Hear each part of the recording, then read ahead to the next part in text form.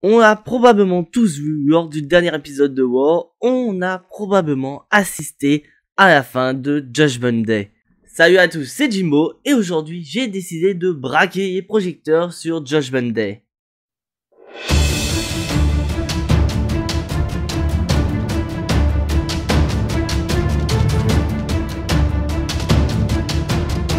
Je tiens avant toute chose à vous rappeler mes chers amis catch addicts que tout ce que je vais raconter dans cette vidéo est avant toute chose mon avis personnel. Donc si jamais vous n'êtes pas du tout d'accord avec ce que je vais vous proposer durant cette vidéo, n'hésitez pas à le dire dans les commentaires et à proposer vos propres idées. Je suis assez curieux de connaître votre opinion. Allez, on passe au sujet de la vidéo. La naissance de Judgment Day. Bon, bien sûr, avant de rentrer dans le vif du sujet, il faut quand même rappeler un petit peu le contexte en rappelant la création de Judgment Day. Donc pour ceux qui ne le savent pas, Judgment Day est un pay-per-view de la WWE qui a vu le jour en 1998. Et d'ailleurs, le main event de cette première édition de Judgment Day est ni plus ni moins que Kane contre l'Undertaker avec Stone Cold Steve Austin en arbitre spécial pour le titre vacant de la WWE. On peut plus rigoler? Oui, bon, j'ai trollé un petit peu, allez, on repasse au sérieux. Alors non, ce qu'il faut savoir, c'est que Judgment Day a vu le jour avec une rivalité entre Edge et AJ Styles pour WrestleMania. Car en effet, à l'approche de WrestleMania 38, Edge n'a pas d'adversaire pour WrestleMania et ce dernier décide donc de faire un Open Challenge pour avoir son match à WrestleMania. Car selon ses propos, avoir un match contre Edge est ni plus ni moins un moyen d'être mis en avant à la WWE. Bon, d'un côté, il n'y a pas tout à fait tort vu le pédigré qu'il y a à WrestleMania. On peut notamment citer le match qu'il y a eu contre Mick Foley, ou encore en équipe avec son meilleur ami Christian, le fameux TLC match contre les Dudley Boys et les Hardy Boys. Et c'est donc AJ Styles qui a répondu à l'offre d'Edge. Donc on s'est dirigé sur un match opposant Edge et AJ Styles lors de WrestleMania 38. Sauf qu'il faut pas oublier qu'on avait un problème à ce moment-là, mes chers amis catch addicts. Car en effet, on a un Edge qui est face et de l'autre côté, on a un AJ Styles qui venait tout juste de faire un face turn en se séparant de son ancien acolyte, le géant Omos. Donc la question qu'on pouvait se demander, c'est qui allait faire le heal dans cette histoire. Et c'est sans surprise que Edge a fait un hit turn sur AJ Styles lors d'un épisode de War où il lui a littéralement pété la gueule. Et c'est vrai que pour être honnête, c'était quelque chose que j'attendais énormément, un hit turn de Edge qui n'a pas tourné heel depuis son retour à la WWE en 2020. Mais bon, je vais pas aller dans les détails du combat, si vous voulez voir un peu plus de détails, je vous invite à voir ma review de WrestleMania 38. Et donc, durant le combat entre Edge et AJ Styles lors de WrestleMania 38, nous avons eu Damien Priest qui est intervenu pour aider Edge. Et donc, avec cette nouvelle équipe composée d'Edge et de Damien Priest, on pouvait supposer que la WWE allait créer quelque chose de nouveau autour d'Edge. Et après ça, on a eu un match retour entre Edge et AJ Styles lors de WrestleMania Backlash avec la stipulation que Damien Priest n'avait pas le droit d'être aux abords du ring. Donc AJ Styles était un petit peu tranquille, voilà, il pouvait littéralement péter la gueule d'Edge durant ce match. Sauf que malheureusement pour AJ Styles, on a eu une nouvelle personne qui est intervenue pour lui mettre des bâtons dans les roues et cette personne n'est ni plus ni moins que Rhea Ripley. Donc suite à cette intervention de Rhea Ripley, on peut considérer que Judgment Day a vu le jour. Donc on pouvait espérer quelque chose de génial du côté de Monday Night Raw avec Judgment Day, mais vous allez voir que rien ne s'est passé comme prévu. Le jour où tout a basculé. Et donc là, on va passer à l'épisode de Raw où j'estime que, selon moi, le projet Judgment Day est littéralement mort et enterré. Et pour cela, on va pas aller très loin, on va aller au dernier épisode de War. Car en effet, lors de cet épisode de War, on a eu Judgment Day qui est arrivé dans le ring. Et ces derniers ont ni plus ni moins fait leur promo, car ces derniers avaient battu une équipe composée d'AJ Styles, Finn Balor et Liv Morgan lors du pay-per-view de la veille qui était Hell in a Cell. Et donc par-dessus le marché, la WWE nous avait annoncé que Judgment Day allait introniser un 4e membre. Et là où vraiment c'est parti en cacahuète, Judgment Day a annoncé ni plus ni moins que c'était Finn Balor, le 4e membre de Judgment Day. Et là, vous allez voir que l'incompréhension n'est pas totalement terminée pour Judgment Day. Car en effet, après une promo de Damien Priest où ce dernier révèle que grâce à Edge, Judgment Day a détruit les limites qui leur barraient la route, mais que pour pouvoir libérer leur plein potentiel, il leur reste encore une limite à détruire. Et cette limite est ni plus ni moins que Edge en personne. Et là, c'est vraiment de l'incompréhension totale. Donc je vous rappelle mes chers amis catch addicts que vous pouvez voir la review de Hell in a Cell, car en effet durant ce pay-per-view on a eu le premier match officiel de Judgment Day qui allait affronter AJ Styles, Finn Balor et Liv Morgan dans un match à 6 mixte. Et donc durant le combat on a eu Edge qui a fait gagner son équipe en faisant le tomber sur Finn Balor. Donc c'est un petit peu bizarre que Judgment Day décide de virer Edge alors que c'est quand même lui qui donne le tombé final à son équipe quand même. C'est pas comme si Edge faisait perdre son équipe en prenant le tombé final et qu'on constatait que Edge était réellement le point faible de Judgment Day. Et donc après on va continuer dans la compréhension totale parce que Edge se fait littéralement péter la gueule par ses anciens disciples.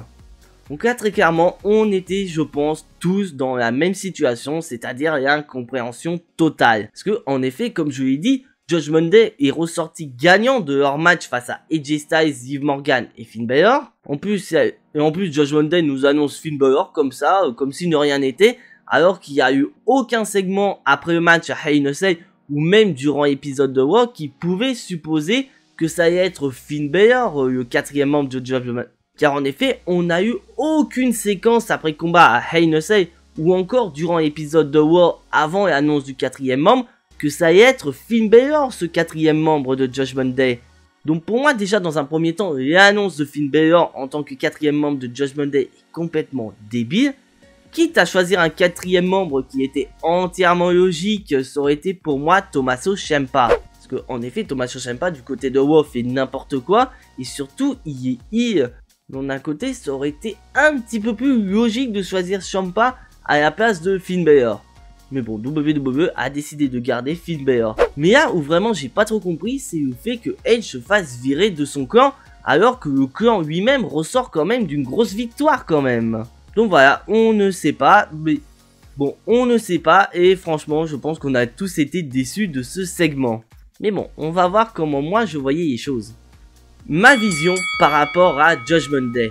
Mais bien sûr, je tiens à préciser, mes chers amis catch addicts, que tout ce que je vais dire là est totalement mon avis personnel. Donc si jamais vous n'êtes pas du tout d'accord avec moi, vous avez l'espace des commentaires qui est à votre disposition. Allez, c'est parti. Pour moi personnellement, j'aurais fait une intronisation de Finn Balor en tant que 4e membre de Judgment Day très logique. Et donc tout ça aurait commencé à Hell in a Cell. Donc là on aurait gardé vraiment cette séquence que Edge fait le spear sur Finn Balor pour remporter le combat. Et le moment qui nous aurait le plus intéressé, c'était après le combat. Car en effet, on aurait eu un Judgment Day qui célèbre leur victoire. Et de l'autre côté, on aurait eu un Finn Balor qui aurait eu du mal à se relever. Il serait au niveau des cordes ou au niveau du coin de ring. Et on aurait une interaction entre Edge et Finn Balor. Donc grosso modo, Edge aurait proposé, pourquoi pas, à Finn Balor de rejoindre Judgment Day. Et après ça, on aurait eu un Finn Balor qui refuse directement l'offre de Judgment Day. Mais on le voit remonter à rampe où il est en train d'hésiter, il est en train de réfléchir. Et donc après ça, le lendemain à Raw, à l'annonce du 4e membre de Judgment Day, ça aurait été déjà d'un côté logique qu'on ait Finn Balor qui répond à la demande d'Edge en tant que nouveau membre. Et après ça, on aurait eu une promo de Finn Balor qui aurait dit très clairement que sur le coup, il n'a pas accepté l'offre d'Edge, il a préféré réfléchir tranquillement dans son coin. Mais après un temps de réflexion, il a constaté que Damien Priest et Rhea Ripley sont meilleurs qu'avant depuis qu'ils ont rejoint Judgment Day. Donc pourquoi pas rejoindre Judgment Day pour être meilleur. Et d'un autre côté, c'est vrai que ça aurait fait du bien de voir Finn Balor heel, sachant qu'il n'a jamais été heel dans le roster principal. Donc déjà, on aurait une intronisation de Finn Balor en tant que 4e membre de Judgment Day clairement logique. Et après ça, je pense que vous allez tous me demander par rapport à l'exclusion d'Edge du Judgment Day. C'est parti. Donc déjà, on n'aurait pas eu l'exclusion d'Edge de Judgment Day directement lors de cet épisode de Raw. J'aurais vraiment imaginé un Judgment Day qui va en avant et qui va aller taper différents champions. Donc déjà d'un côté, on aurait Rhea Ripley qui irait affronter Bianca Belair lors de Money in the Bank, pourquoi pas. D'un autre côté, on aurait eu Damien Priest et Finn Balor qui formeront une toute nouvelle équipe qui iront affronter les champions tag team unifiés les Usos. Et de l'autre côté, Edge étant le leader de Judgment Day, ce dernier irait affronter dans le futur le champion universel incontesté de la WWE, Roman Reigns. Parce que oui, généralement dans les clans, le leader il va toujours aller taper le big boss des champions. Et de l'autre côté, on aurait Rhea Ripley qui aurait battu Bianca Belair pour devenir la nouvelle championne de Raw. Du côté tag team, on aurait eu Damien Priest et Finn Balor qui auront battu les Usos pour devenir les nouveaux champions tag team incontestés. Là où ça aurait été totalement différent, on aurait un Edge qui aura tout simplement loupé sa chance face à Roman Reigns. Donc ce qui fait que Edge serait à la fois le leader, mais aussi le seul à ne pas avoir un titre du côté de Judgment Day. Donc ça lui ferait perdre énormément de crédibilité. Et lors d'un épisode de Raw, on aurait eu cette séquence qui s'est passée lors du dernier épisode de Raw, où on aurait un Damien Priest ou un Finn Balor qui aurait dit concrètement que le point mort du côté de Judgment Day qui les empêche d'avancer est tout simplement Edge. Et ainsi, on aurait eu la séquence où Edge se fait littéralement péter la gueule par les autres membres de Judgment Day, c'est-à-dire Damien Priest, Finn Balor et Rhea Ripley. Donc je pense personnellement, si la WWE aurait fait cette séquence-là, on aurait été dans la logique totale. Et ça aurait évité que Judgment Day soit malheureusement déjà un projet mort. Mais la question qu'on peut se poser, parce que maintenant le mal est fait, quelle va être la suite pour Judgment Day? La suite pour Judgment Day. Donc déjà dans un premier temps, on va parler quand même de l'ancien leader de Judgment Day, c'est-à-dire Edge. Donc déjà selon les médias américains, le fait que Edge ait été exclu de Judgment Day vient sur un désaccord avec Vince McMahon.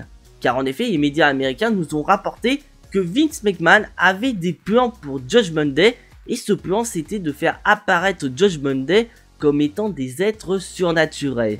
Donc apparemment ça n'a pas plu à Edge, et donc Vince McMahon a dû prendre la décision de faire virer Edge de Judgment Day. Mais là où vraiment j'ai été... Et là vraiment où on a eu incompréhension totale, c'est qu'apparemment Edge n'apparaît plus comme étant un heel à la WWE, mais qu'apparemment il aurait fait un face turn lors du dernier épisode de Raw. Et bah dis donc, les face turns, ils sont un peu bizarres là. Et très clairement, c'est pas le face turn symbolique.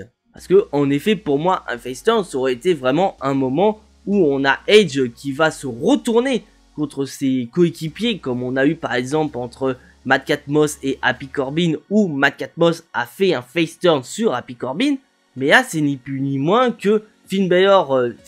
Mais là, on dirait plus que Finn Balor, Rhea Ripley et Damien Priest ont tourné heel sur Edge, alors que les mecs, ils sont déjà heel. Mais du côté des autres membres de Judgment Day, comme vous avez pu le voir lors du dernier épisode de Raw, si bien sûr vous n'avez pas vu la review, elle est disponible sur la chaîne. Nous avons eu Alex Abyss qui a battu Alex Abyss, Doudrop et Liv Morgan pour obtenir une opportunité face à la championne de Raw Bianca Belair lors du prochain pay-per-view qui sera Money in the Bank. Donc très clairement, Rhea Ripley aura la possibilité de repartir de Las Vegas avec le titre féminin de Raw. Donc on a une Rhea Ripley qui pourrait repartir de Las Vegas avec le titre féminin de Raw. Mais du côté de Finn Balor et Damien Priest, eh ben on ne sait pas pour le moment. Donc pour moi personnellement, je verrais bien, pourquoi pas, Damien Priest aller taper du côté de la division du champion des États-Unis. Donc après je suis d'accord que la WWE nous tease une rivalité entre Bobby Lashley et Austin Theory, mais je verrais bien, pourquoi pas, Bobby Lashley devenir le nouveau champion des États-Unis et après rentrer en rivalité face à Damien Priest. Ce serait sympa. Et du côté de Finn Balor, très clairement, la question elle se pose même pas. Donc bien sûr, maintenant Finn Balor est le nouveau leader de Judgment Day, donc on sait très bien que le leader d'un clan va directement aller attaquer le champion des champions. Donc on peut supposer que dans le futur, Finn Balor ira toquer à la porte du champion Roman Reigns. Bon, après, il faudrait peut-être que WWE se décide de se manier le cul par rapport à Roman Reigns. Car en effet, la WWE nous a annoncé que Roman Reigns ne sera pas présent lors de Money in the Bank. Ça sent la vidéo débat cette histoire. Et vous, mes chers amis catch addicts, qu'est-ce que vous imaginez pour la suite par rapport à Judgment Day? Après, j'espère sincèrement ce que je viens de dire par rapport à Judgment Day dans le futur va arriver. Parce que très clairement, franchement, Judgment Day, ils avaient du potentiel. Mais on sent qu'à WWE a joué au con. Et voilà, c'est tout pour cette vidéo, mes chers amis Catch Addicts. Si bien sûr vous n'êtes pas abonné à la chaîne, je vous invite grandement à le faire. Ça fait énormément plaisir, c'est totalement gratuit et ça soutiendra la chaîne. Je vous invite également à activer la cloche pour être notifié des prochaines vidéos. Et surtout, lâchez un maximum de pouces bleus qui font énormément plaisir à la chaîne. Je ne vous cache pas. Et donc on se retrouve prochainement pour une toute nouvelle vidéo. Mais en attendant, soyez tous très fiers d'être des Catch Addicts. C'était Jimbo, et à la prochaine.